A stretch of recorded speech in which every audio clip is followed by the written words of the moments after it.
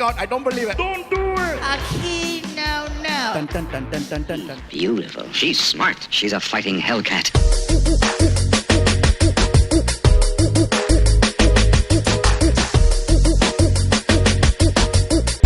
Amigos, hoy me encuentro con el señor cómico de verdad, el Fluffy, ahí lo ven. Gabriel Iglesias, ¿cómo estás? Ay, muy bien, muy bien. ¿Pasando bien en Miami? Muy bien en Miami. Siempre lo paso bien en Miami. Me encanta estar aquí por el café. El café, la comida y la gente. El café cubano, though. Not That Starbucks. wakes you right up, huh? Not Starbucks, no. That stuff should be illegal. No ha dormido. No. Me tomé 2 copas anoche en la carreta, Oh, yeah. en calle 8 y... Did you have any other croqueticas? Yes. Those are the best De jamón. croquetas in Miami. Best croquetas. With the little crackers. A veces They're tienes que pedir los delicious. crackers. But I have to say, you've lost some weight. Ahora soy fluffy. Antes andaba... Damn!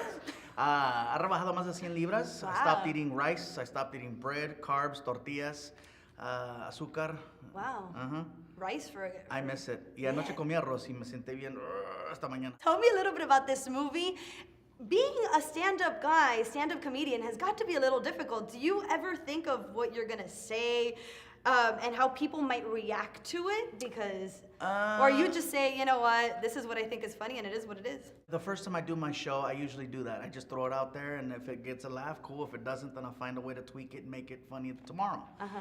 Sometimes I do get a little carried away, a little emotional with some of the stuff that I put out there, and that's why we try to make sure that people aren't recording, because you got to work material out before it goes out there, and a lot of times people can take things the wrong way. Cuéntame sobre esta película. What did you implement in this movie? It's very personal, very, very personal. I put a lot of my life into this, and if somebody's never seen my comedy before, at the end of this movie, they're gonna know all about me. Digo la historia de cómo se conocieron mis papás, how I got inspired to become a comedian. I tell a story about how I lost 100 pounds and how I'm trying to let people know that nada más porque ha perdido 100 libras, no ha perdido. Ha perdido el humor. See what I mean? Started doing yoga, and I know that sounds like a joke right there. He means yogurt. No yoga. Do people assume that because you've lost weight, you're not the Yes. funny guy anymore? Yes, a lot of people think, oh, he's lost weight, he's lost his edge. I'm like, no, I've lost calories. Come on, relax. I didn't lose. And I'm still a big guy. I mean, I'm not small by any means. I was almost 450 pounds. Wow. Yeah, which is, it wasn't very good for me. My diabetes was through the roof. My sugar levels, everything was just really bad. And I'm still not healthy, but I'm not as bad as I was. You're doing all right. I'm doing okay. Now, tell me a little bit about these voice impersonations that you do. You started at a very young age doing these voices. How did you come up with this idea? Because, I mean, I would try to impersonate, but I can't do it. And you do it oh so well. I've been doing voices since I was 10, and that's what happens when you don't have toys. You got to talk to yourself, and I hit puberty, and that's when I first started being able to talk like a girl, because you answer the phone when you're a kid, and you're like, hello, and they're like, can I speak to the man of the house?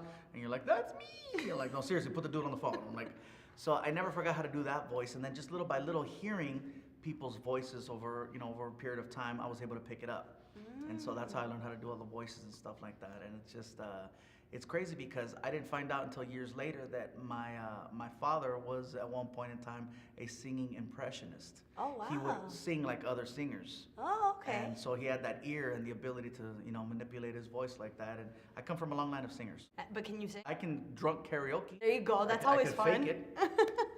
Now, tell me a little bit about why our viewers at Generation Ñ should watch the Fluffy movie. Because it's comedy. It's an actual funny film.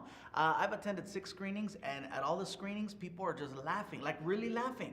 I've gone to watch other comedies, and it's very different because you watch a film that's a comedy, but it's different than a stand-up comedy. Yeah. Stand-up comedy concert film, if you're not laughing the whole time, then why even go? Versus when you go see another movie, you can replace the content with action, you can replace it with drama, and then throw in a laugh here and there, and all of a sudden it's considered a comedy. This is a comedy. I'm gonna go out on a limb and say it. It's a comedy. You're gonna laugh your butt off. I'm gonna go out on a limb and say it. It's a comedy. You're gonna laugh your butt off. It's And with Latinos, you always have a lot of stuff you can work with. A lot of material you can material. draw from. And this movie is very personal. All the stories Awesome. are very relatable. I don't get political. I don't get controversial. I don't talk about religion or sports. It's all stuff that people can totally agree on. And at the end, there's a really good message behind it. Plus, it's PG-13, so you can actually take the kids. Great. It's not Frozen, but it's all right. It's right. right It's there. all right. Right It's all there. right. Well, thank you so much, Gabriel. I really appreciate it. I started dancing. My son is like, your fat's going everywhere. Well, guess what? This fat makes your mom horny.